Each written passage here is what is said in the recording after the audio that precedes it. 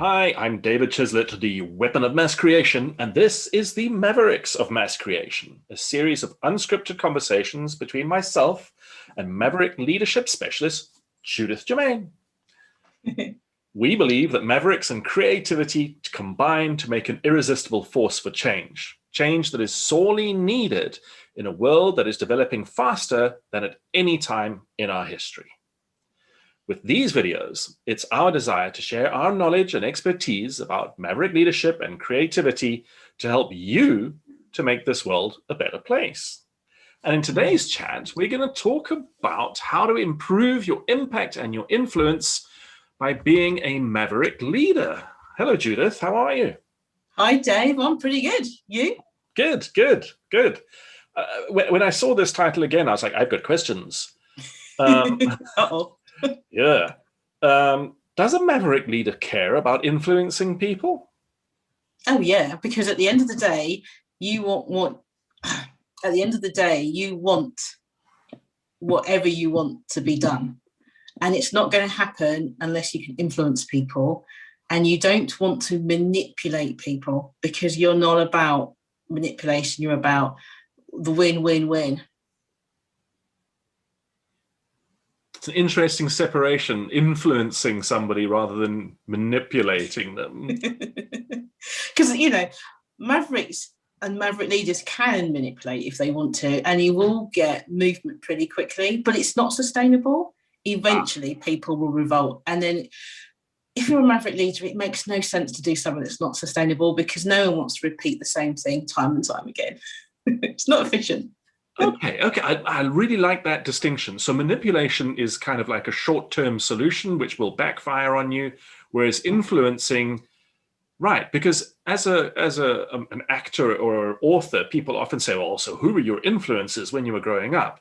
You don't resent your influences because they haven't manipulated you. And it's just you can't work for the greater good as a goal and have manipulation in your toolbox. How does that work? Oh, that's a real light bulb moment for me, because if there's one thing that sets my teeth on edge, it's the feeling that I'm being manipulated, especially if it's passively aggressively. Or in a sales pitch. Yeah. As soon as you have that red flag, like if you go on a training, it's like if you go to a training course and someone gets the audience to say yes, yes, yes, yes, you're like, oh, NLP. No. So you want me to do something, and then you're more like this, waiting for them to tell you what they want you to do. Yeah. It's not a good look. Interesting. Okay, so as a Maverick leader, how am I acting in a way that's going to result in more influence and less manipulation? Okay, so I have a thing that I'm calling the Maverick Impact Fusion. So let me break it down. So you look at your Maverick drive. So that's your ability to strategize, innovate, and execute. Then you look at your Maverick behavior, and that's how a Maverick thinks, their being, and what they do. And then their game-changing impact. So that's how they make an impact on others. But to make sure that it's influential and not manipulative, you're doing this with integrity, empathy, and passion. So it's the fusion of all those things together that improves impact and influence over time. So you're not separate. I mean, so in this explanation, you do not separate impact from influence. Is that because they are inseparable in your book, or? You're making me think now.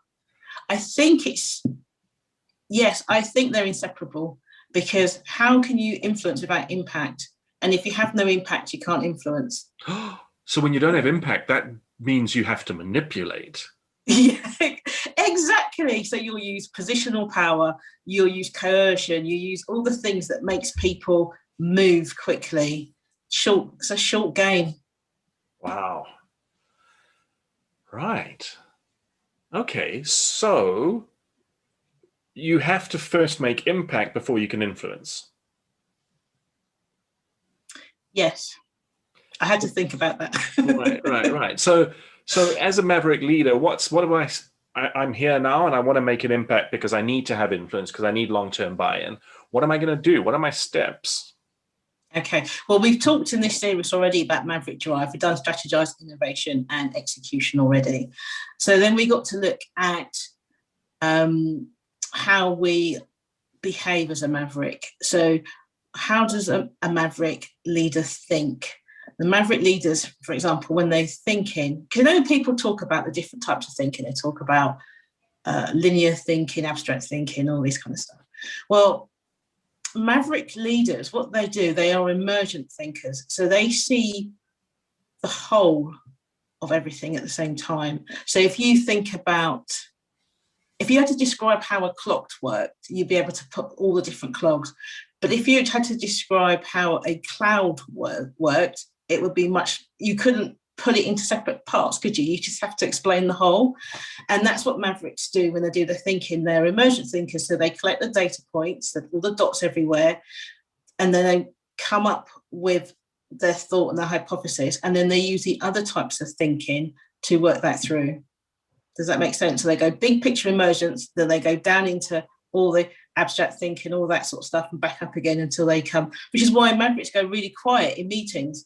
Do you know what I mean? Because they'll ask all these questions up front, and then why, what's the person? And then there's nothing. And it could be nothing for 10, 15 minutes as they're listening, and then pow, something's emerged. That's how a Maverick thinks. You cannot be a Maverick leader if you do not have creative thinking skills. Exactly right. I mean, what you've just described is the kind of flick-flacking between rational logical systems thinking and super rational subconscious association, which is the hallmark of the creative that gets stuff done. It's fluid, because if you think of a Maverick, so when a Maverick's thinking, there's no ego in that thought. Yeah, they've already stripped out their emotions, so it's just the information. It's flow. It's flow, and then and that's why they're not attached to what the result is, because they'll keep testing, and they'll accept it. Right. New ideas and things. So it's like, so one of the steps would be to look at how you think, and there are certain methodologies that can be followed to be a Maverick thinker, and then think about what capabilities you have and your ability and your Maverick attributes to move forward. And then finally looking, so the game-changing impact is a methodology that looks at the different types of thinking based on proclivity. So let me unpack that, because that sounds like, it sounds really crazy, doesn't it? So for example, some people are strategists, so and that's what they enjoy doing. So they have strategic thinking. Others are implementers. Others playmakers. So it looks at the different types of proclivities, and proclivities is your natural state, the natural way you go, and see how they actually work together. And then you use it concurrently with the rest of the Maverick impact. Wow. Okay. I mean, it sounds more complicated than it actually is. Well, yeah, I guess. But I'm also just, this is really interesting, because I mean, you're coming out of a complete business paradigm, right? I mean, that's, business experience, training, looking at the world, and you're describing the process that an artist goes through when they come up with an idea, with a whole new direction. What you just said could be used to describe what Picasso did when at the start of Cubism. Yeah. That makes sense to me, because I'm very much Maverick leadership is what you do all the time. This is not just, we're talking about how it's applied at work, but it's exactly the same thing when you're at home. If you're in an argument with your spouse, as a Maverick leader, you'll still be following the same principles and you'd have a better outcome. I mean, I like what you said, but you come up with the proposition. In other words, you create it. You have to have creative thinking skills. So you go out there, you collect all the dots, you're completely divergent thinking, and then you converge on a concept, and then you devolve that into structure, into action, into whatever needs to be done. And so that's why you don't have any doubt as a Maverick leader, because the process has gone two ways before you even take it outside. Exactly, it's well tested. So when I do Maverick leadership programs, quite often I have a strategic thinking module and a creative thinking module, and you do it separately, and then you merge them together. And so for those that they do not naturally think that way, they have models and procedures to follow. But eventually they won't need to follow those because it will come as natural as it does to Maverick leaders anyway. Yeah, you'll absorb it into your comfort zone, and then it'll become Yeah. unthinking. And that's when the really interesting stuff happens, when you don't have to try too hard Yes. to utilize a particular skill because it is embedded. Yeah, and I'll go back to the reason why you'll see if in a meeting, say you're in a meeting, the Mavericks will be noisy up front, the wide, all this challenge, and then just complete silence as they're just thinking it through. Then they'll come back up with a few more questions because they're testing it through the cycle, quiet. And then when everybody's had their say, they go, right, this is what I think. And it generally tends to be the right answer because they're absorbed. Because as they're listening to the conversations, they are not assessing it from an ego-driven state. They're not saying, how does that affect my standing? Or does it make me look stupid? They're just like, information. Aha. Now I'm fairly certain with this. But even at that point, they're still open to someone disagreeing and coming up with something better. How But not worse. political? How much of a political animal is the Maverick leader? A reluctant one. Sounds like what you just said there. I just thought, well, you must be bad at office politics then, if that's how you operate, right? Absolutely reluctantly, because it takes a certain maturity of the Maverick leader to understand that you can't avoid the politics because they're so open, so transparent, and it's so unnecessary. So they will play politics, but very reluctantly and from an influential basis. So politics isn't really the right word. They're more likely to be collaborative. Like what you said last time that we spoke, the conflicting collaborator. That's the place, that's where they put themselves because they're not trying to get their idea and that's the only one. They're trying to collaborate with you to get the best solution. So they'll stick in that space. Yeah. But how often is that misunderstood as just being difficult or ornery or, obstructive even? Constantly, until the Maverick leader realizes that they have to own the responsibility for the communication and how it lands. So once you've figured that out, then you start to change the words that you use and become more contextualized. So you will say things like, that's a really great idea. I was thinking that perhaps this might be a better solution. So whereas the natural way would be to say, no, that's not going to work, do it this way. Yeah. They will not appear as certain, even that's what they're thinking in their head. They would have translated that out to, yeah, it could work that way. I see where you're going. Have you thought of this way? Because they know that that's how most people prefer to hear conflict. And that's when your impact starts to climb. That's when you're using your empathy as a value. Yeah. I think, you used a really nice word there, empathy. I can't help but thinking that a lot of people, when they hear about Maverick leaders, are essentially thinking about, corporate psychopaths. Right? Yeah, they're extreme Mavericks who happen to lead. They're not effective Maverick leaders from what I'm talking about. Right. And then that's a big difference, the key word empathy, right? Yeah, that's where because if you think about the three most important values in that Maverick impact, you've got integrity. So that's integrity, which is character driven, but it's also integrity in terms of wholeness, oneness.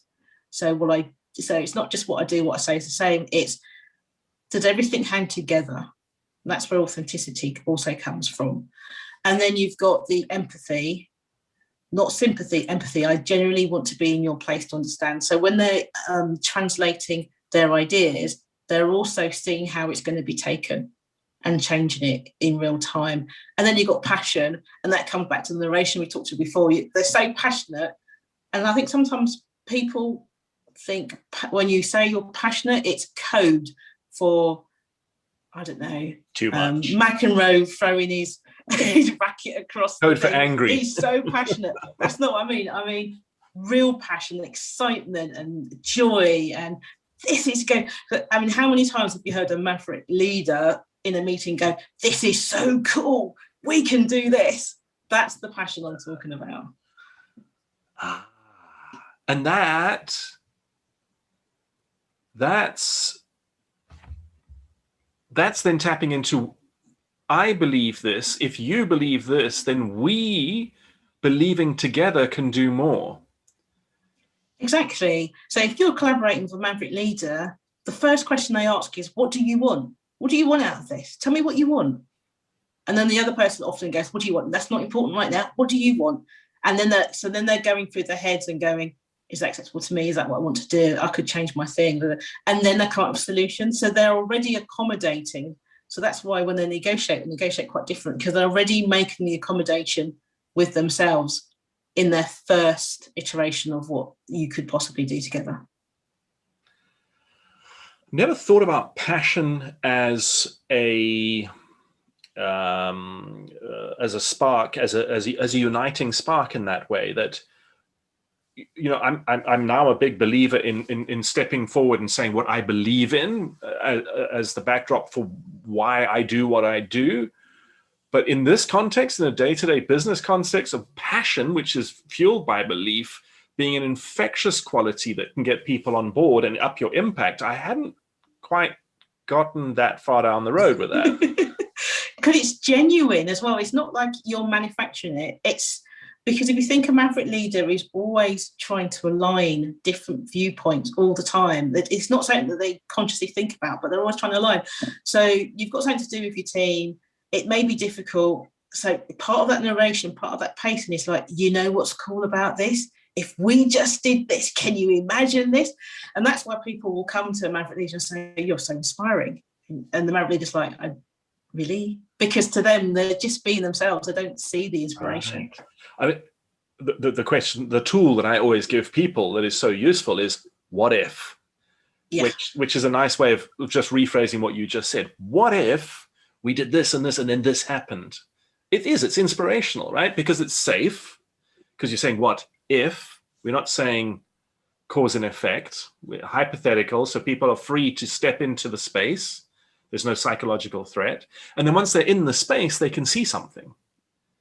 Yeah, so Maverick Leaders will say, so because Maverick Leaders can come across quite dominant because they are passionate and determined, like we talked about last time, what if sometimes, if they are not well known, will have a feel to it, it will become a loaded, because other people have used what if as in your stuff is rubbish. So Maverick Leaders will say, imagine, could you imagine what it would look like if we did that? So they're always looking at, because that's how they see the world. So they've seen the big picture stuff and they're animated.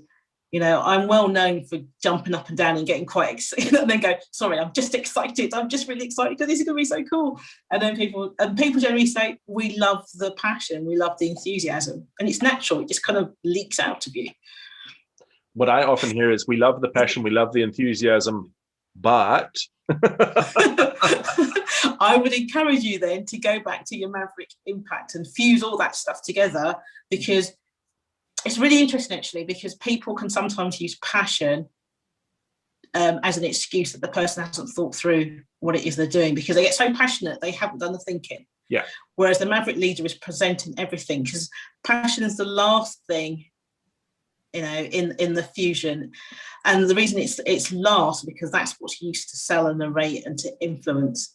It's not necessarily used as the driver. Yeah, the first thing's the Maverick drive: no emotion, strategize, innovate, execute. It's at the end of the thing that you're going, right, this is so cool, because you've done everything else. That's you. I don't know if you've heard people say this, but the passion only takes you so far.